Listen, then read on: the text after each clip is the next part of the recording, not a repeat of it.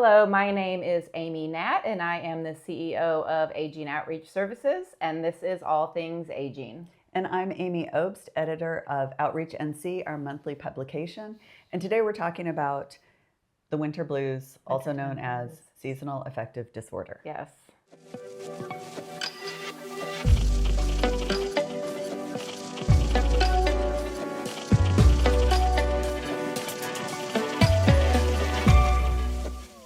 I've heard so many people say, I'm down right now. It always happens this time of year. And we have a lot of sunshine down here. Mm-hmm. I've lived up north where it's gray for months. Yeah. So I think a lot of people are aware that they have mood changes this season, but aren't aware that this is an actual diagnosis or that there's anything that they can do about it. Yeah, and that's really exactly what seasonal affective disorder, S.A.D, or some people just say wintertime blues is. Basically, we have less sunlight, our days are shorter, people tend to report kind of more feelings of sadness, a lack of energy, and so it really is an actual diagnosis. Now, most people, if it's just a seasonal thing, by the time springtime or summer comes along, they've got spring fever and things kind of start to look up. But we'll get into today kind of what is a normal part of S.A.D and when maybe it's something a little bit more.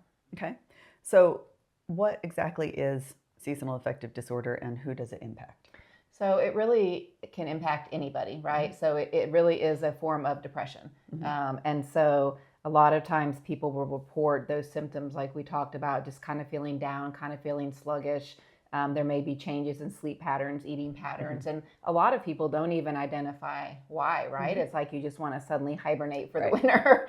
I feel that way all the time. It's colder, it's darker, you go home, you don't want to go out again. And so, so they have found, though, clinically there are higher rates of depression during this time of year, and that's, I think, how this, became recognized as a real diagnosis, an issue that people are dealing with. Why are older adults particularly impacted by S.A.D? Yeah, so if you think about, there's sort of, when I started researching this, it made perfect sense, right? So one of the things is a lot of older people have arthritis or they have physical ailments that literally the colder weather can make those start to act up or can make those worse. So there can be increased pain that they're actually feeling as the colder weather comes in. A lot of older adults don't drive at night. So if suddenly by 5:30 in the afternoon or sometimes earlier, the sun is setting and it's dark, that limits what that person's able to do. So it's cutting off social interactions they may have. During cold temperatures and poor road conditions, again, a lot of older people aren't comfortable going out, and so they're staying inside for longer periods of time. And a lot of times that's more isolating, or they're alone. They're not able to participate in the same degree of social, and we've talked about how important social connection is, and even physical exercise, right? If you always went for a walk after dinner, and maybe you have some mobility limitations, you're high risk for falls, you might not be comfortable going out at night to do that. And so there literally is a reduced, physical exercise, reduced social connections, and that can start to add up and affect a person's overall mood. And by all means, too, if somebody's already dealing with grief or prone to depression, and then this all sort of comes on top of it, they can have a particular issue. And then it kind of feeds on itself. Once you're alone, then you're snowball. isolated. And it just, So what are some signs that we might notice in someone who's struggling with changes in mood? Yeah, so if you're visiting, and again, this is any age, but particularly older adults. So, I mean, if you notice that someone you used to see all the time at church, or you used to see on the pickleball courts, or you would see different community things, and you're really not seeing them as much, maybe they're embarrassed to tell people they don't drive at night and they just need a ride. But you may see, somebody may report that they're sleeping too much or too little, but you're looking for a change or a disruption in their sleep pattern. If they've always sort of had good sleep routines, but now again, they sit down and eat dinner at 5:30, at 6 it's dark, and they fall asleep on the couch, and then they're up at 10 o'clock at night and can't sleep all night. So there's some change or disruption in that sleep pattern. Low energy, like we talked about, if somebody says, there's nothing really wrong, I just sort of feel sluggish lately. If there's increased difficulty, you notice that somebody's having a harder time with concentration, or maybe somebody whose memory has always been really sharp is suddenly struggling to remember things that, and there haven't been other issues in the past. So this is something that just seems to be kind of popping up.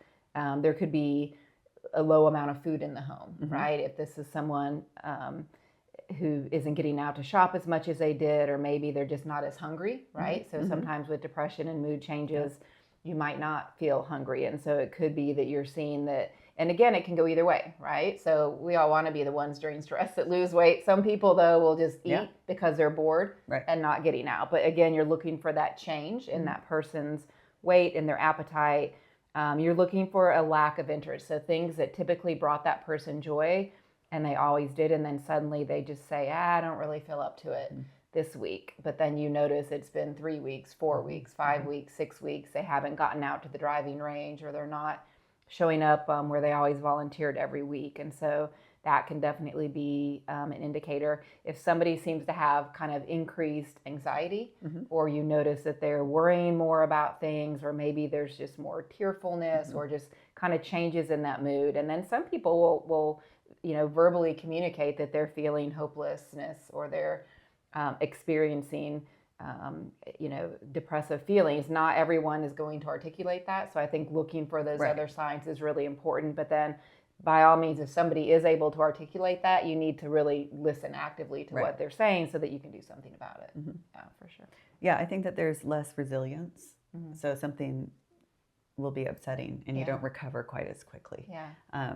And I think often we mistake cognitive stuff for dementia or something neurological when it could be depression. It could be. And I mean, it is a snowball effect. Like that first kind of week where it's getting dark earlier and you're like, oh, I can just get in my sweats and stay home. But then if you start doing that week after week and some of these other things start occurring, is when people really start to get to struggle throughout the fall and winter season.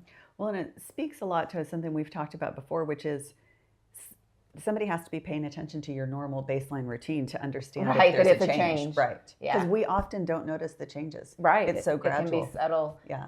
And we often don't want to call attention to ourselves when we're struggling. So I think it's human nature to try to cover and just say, it's the weather. But again, you'll start to notice, if you really are paying attention and looking, that these changes are having more of an impact on their overall wellness.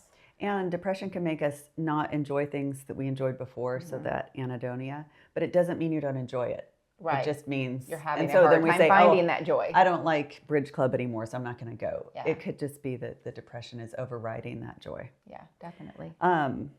Okay, these months and the holidays, they overlap. So think about that. So a lot of times, especially older adults, it can be for anybody, but specifically that age group, they've experienced some type of loss, right? They've had a loss of friends, a loss of a spouse, loss of things they used to be able to do. And so if you couple that with the grief that some people feel at the holidays, then again, it makes this a particularly stretch to get through. You've got Thanksgiving, you've got Christmas, you've got the New Year, and you've got that during this time of year when people are struggling and there's sunlight and all of these things we talked about. And so, and it could be that someone has grief related to the holidays or a loss, but it can also be, all of my kids were here and we had the best time and we had family dinners and I got to see all my kids and grandkids, but then everybody leaves. Right. And that can be the trigger too. So when you're navigating holiday season on top of this time of year that can be a challenge for people, you see why people get the wintertime blues. Right. But again, sometimes it's much more than that and something to pay attention to. When I see people who don't feel well, and then they don't want to extend that to family, so they end up saying, I'm not going to go, I'm grumpy, or I don't feel good. Right. And they don't want to impose that on anybody else. Yeah, definitely that happens.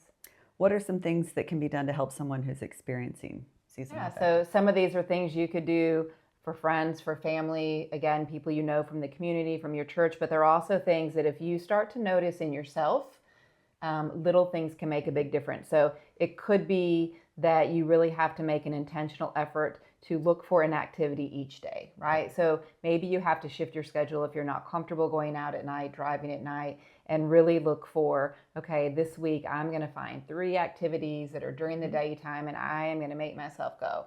Or if it's a friend or loved one you're trying to help, you just rally them and say, all right, here's the schedule and I'm coming at Wednesday to pick you up at 2:00. Be ready. So making that intentional effort to look for activities. Trying to limit daytime napping. Again, if you're someone who's staying home more because of the weather, because it's dark, and you find that you're napping or going to bed earlier, that can disrupt your sleep pattern at night. So if that's happening, you have to really find a way to stimulate yourself during the day with activities or with exercise, so that you can really stay in a good intentional sleep routine. It may be planning, again, maybe if night's an issue because it's dark, maybe you're planning meals with friends or a neighbor where they're coming to your house and you're going to be the host. Or you're planning lunches instead of dinners or whatever it may be, but really having something to look forward to, and convincing yourself not to cancel it if you're having a down day. If cooking is an issue, you could help somebody with meal delivery programs or help them with meal prep if you notice somebody's not eating, not shopping. Limit exposure to negative news, right? If suddenly you're sitting home and watching the news on a loop, that can get pretty, again, it snowballs, like you said. One of the things that came out in research over and over again, and I laugh because I do this, but just if you're home by yourself, play some music, dance, right? Dance around the house, get some exercise. Just that music and the physical movement is something that can be uplifting to the mood. If it's somebody else you're worried about, schedule check-ins, right? Send them note cards, schedule a phone call. I have people that will pick up pen pals. That's an old trend. Yeah. But maybe it's a good time with a grandchild or somebody or an old friend to be like, hey, let's be pen pals throughout the fall and the winter and kind of support each other. Certainly you could plan a vacation to a sunny destination. I have literally done that. I have too. Yeah. I do. Next weekend. So we know that getting out in the sunshine positively affects a lot of things. And so if you're in an area, like you said, sometimes up north, or I would think if you lived in Alaska or one of those places, but yeah, you may have to plan a trip to get some sunshine partway through. And so, do those things intentionally so you have that to look forward to. Time with pets. Right, can help. So again, look for those volunteer opportunities. You could go walk dogs at the animal shelter. You're forming that connection. That can certainly help get you kind of through the hump, and then find ways to keep moving. It's really important. If you suddenly become sedentary, that impacts a lot of other things, your mind, your physical, how you feel. And so finding a way to keep moving, even if you have to alter maybe what your patterns were in the past. And it's when we lived in Pennsylvania, I had this. Yeah. And it was awful because I had little kids, and so I had to get up, and I would come home from taking them to school in 0-degree weather, literally 0. Yeah, and get back in bed with my shoes on. That's how lethargic I felt. And finally I said, okay, something's wrong. Yeah. Something's wrong. I have to fix it. And so I set every day I had to go to Starbucks and do this, and then I took up tennis, indoor tennis, and I promised myself I could get back in bed with my shoes on if I just did these things. Yeah. And I never got back in bed with my shoes on. But it was an intentional, I knew I wasn't going to feel good right away. So people will do something and they'll say, well, that didn't help. You have to create a routine of that kind of thing. And it really helped get me through that. So be intentional. And if you're getting pushback from a family member or friend, just keep creating the opportunities, right? Because it is easy for someone to kind of isolate themselves and not want to recognize what's going on. So just like you had to push yourself, you may have to push a loved one too and be like, nope, I'm showing up. We're going on a walk. And it's going to take more than one walk. Yes. It's going to take more than, I spent a lot of money on those tennis lessons. But, by the time spring had come around, I had had a good holiday season. Yeah.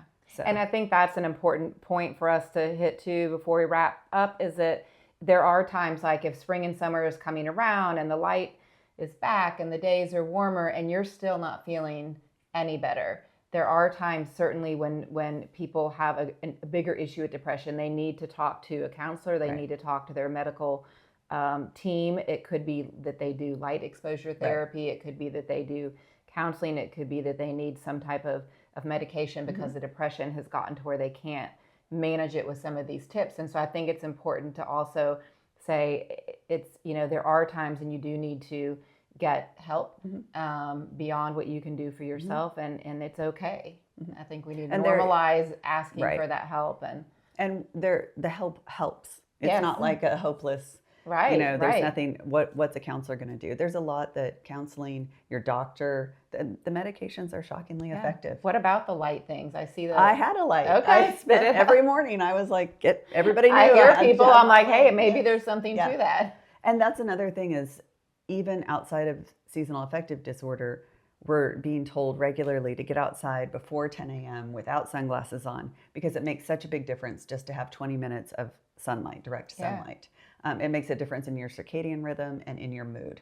So find light literally wherever you can. Yeah. And when I get up in the morning, even now, I turn every light in the house on. Just Everybody's love it. like, why are you doing that? Because it gives me energy. It makes me Yeah. feel better. So don't get too cozy, I guess. Yeah, there's a lot of truth to this. So Yeah. just one of those things we kind of wanted to bring to everyone's attention as we get into those months. Mm-hmm. So I know it's always helpful to remind myself, and hopefully it's helpful to you all as well. Hopefully we'll see you in the airport on the way to Yeah. the Bahamas. Yes, there you go. Thank you all. Thank you.